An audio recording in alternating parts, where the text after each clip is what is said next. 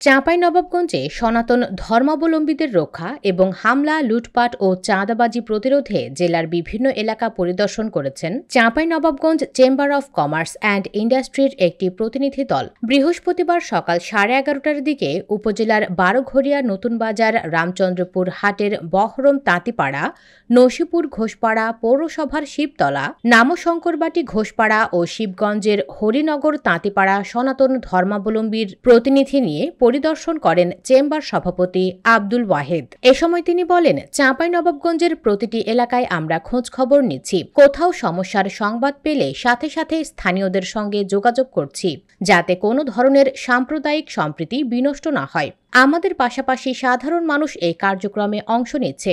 আশা করি কোনো ধরনের অঘটন ঘটবে না। তবে কেউ কেউ সামাজিক যোগাযোগ মাধ্যমে বিভ্রান্তি সৃষ্টির চেষ্টা করছে। আমরা এ বিষয়ে সতর্ক রয়েছি।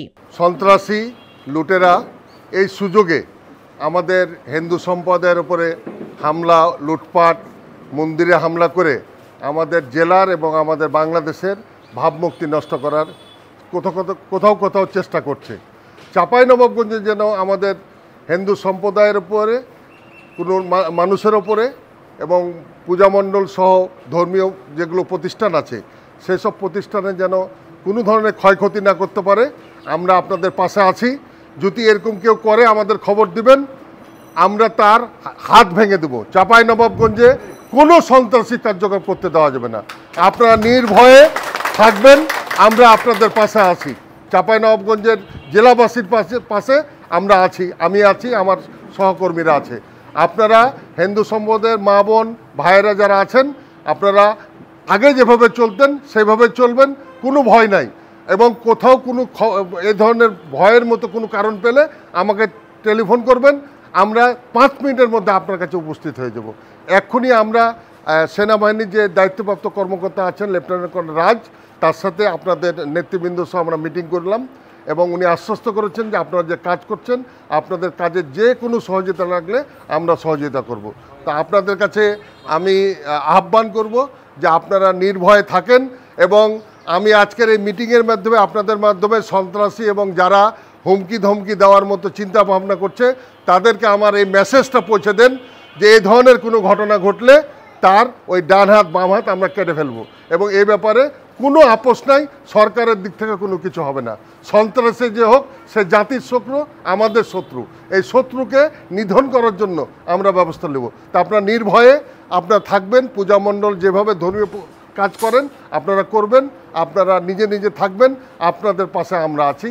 এ সময় উপস্থিত ছিলেন Chapainawabganj chamber of commerce and ইন্ডাস্ট্রির সহসভাপতি আক্তারুল ইসলাম রিমন, পরিচালক আব্দুল আওয়াল, সাবেক পরিচালক বাহারাম আলী, ব্যবসায়ী মনিরুল ইসলাম, চাঁপাইনবাবগঞ্জ পূজা উদযাপন পরিষদের সভাপতি ডাব্লু কুমার ঘোষ, সাধারণ সম্পাদক ধনঞ্জয় চ্যাটার্জি, হিন্দু বৌদ্ধ খ্রিস্টান ঐক্য পরিষদের সভাপতি শ্রী অর্জুন চৌধুরী, সাধারণ সম্পাদক দিলীপ রায়, ব্রাহ্মণ সংসদের সভাপতি শ্রী বিধান ভট্টাচার্য, উত্তরবঙ্গ বৈষ্ণব সংঘের অধ্যক্ষ শ্রীল শ্যাম কিশোর দাস সহ প্রমুখ।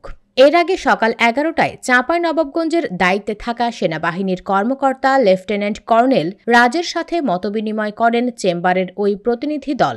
এছাড়া শুক্রবার বিকেল 4টায় জেলার সকল সনাতন ধর্মাবলম্বীদের নিয়ে চেম্বারে একটি মতবিনিময় সভা আয়োজন করা হয়েছে। চাঁপাইনবাবগঞ্জের বাংলাদেশের গর্ব সেনাবাহিনীর যিনি দায়িত্বে আছেন লেফটেন্যান্ট কর্নেল রাজ, তার সাথে মিটিং করলাম। উনি আমাদেরকে আশ্বস্ত করেছেন এবং বলেছেন যে চাঁপাইনবাবগঞ্জ জেলার সমস্ত ব্যবসায়ীদের যতটুকু নিরাপত্তা লাগে আমরা নিরাপত্তা বিধান সাহায্য করব, আপনি শুধু আমাদের জানাবেন। পাশাপাশি আমাদের হিন্দু সম্প্রদায়কে নিয়ে তাদের নিরাপত্তা এবং বিভিন্ন বিষয়গুলো নিয়ে আমরা কথা বলেছি। উনি বলেছেন যে আপনাদের এই উদ্যোগটা অনেক ভালো, আপনার দেশের জন্য কাজ করছেন, আপনাকে ধন্যবাদ এবং আপনাদের যে কোনো প্রয়োজনে আমরা সার্বিক সাহায্য সহযোগিতা করব এবং আমরা সবাই মিলে চাঁপাইনবাবগঞ্জ জেলার মানুষকে ভালো রাখবো, জেলাবাসীকে ভালো রাখবো। এবং আগামীকালকে চাঁপাইনবাবগঞ্জ চেম্বার অফ কমার্সের একটি অনুষ্ঠান হবে ব্যবসায়ীদের এবং হিন্দু সম্প্রদায়ের লোকজনকে নিয়ে। উনি নিজে অথবা ওনার প্রতিনিধিকে পাঠাবেন বলে আমাকে আশ্বস্ত করেছেন।